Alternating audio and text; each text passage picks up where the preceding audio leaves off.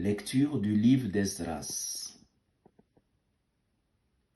En ces jours-là, le roi de Perse, Darius, écrivit aux autorités de la province située à l'ouest de l'Euphrate.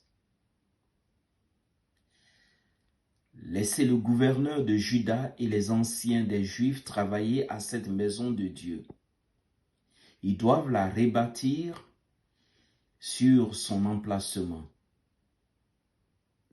Voici mes ordres concernant votre ligne de conduite envers les anciens des Juifs pour la reconstruction de cette maison de Dieu.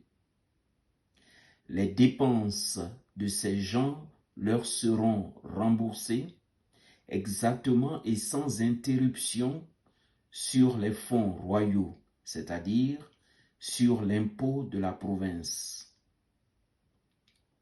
Moi, Darius, j'ai donné cet ordre, qu'il soit strictement exécuté.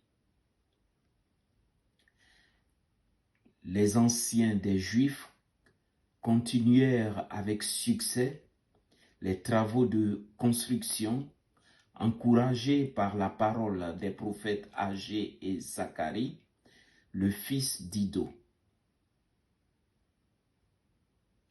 Ils achevèrent la construction conformément à l'ordre du Dieu d'Israël, selon les décrets de Cyrus et de Darius.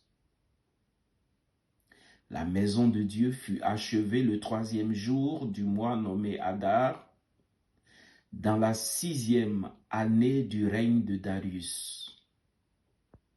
Les fils d'Israël, les prêtres, les Lévites et le reste des rapatriés célébrèrent dans la joie la dédicace de cette maison de Dieu. Ils immolèrent pour cette dédicace 100 taureaux, 200 béliers, 400 agneaux et, en sacrifice pour le péché de tout Israël, 12 boucs, d'après le nombre des tribus d'Israël. Puis ils installèrent les prêtres selon leur classe et les Lévites selon leur groupe pour le service de Dieu à Jérusalem, suivant les prescriptions du livre de Moïse.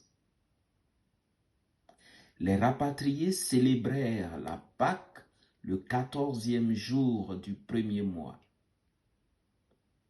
Tous les prêtres et tous les Lévites, sans exception, s'étaient purifiés. Tous étaient purs. Ils immolèrent donc la Pâque pour tous les rapatriés, pour leurs frères les prêtres et pour eux-mêmes. Parole du Seigneur.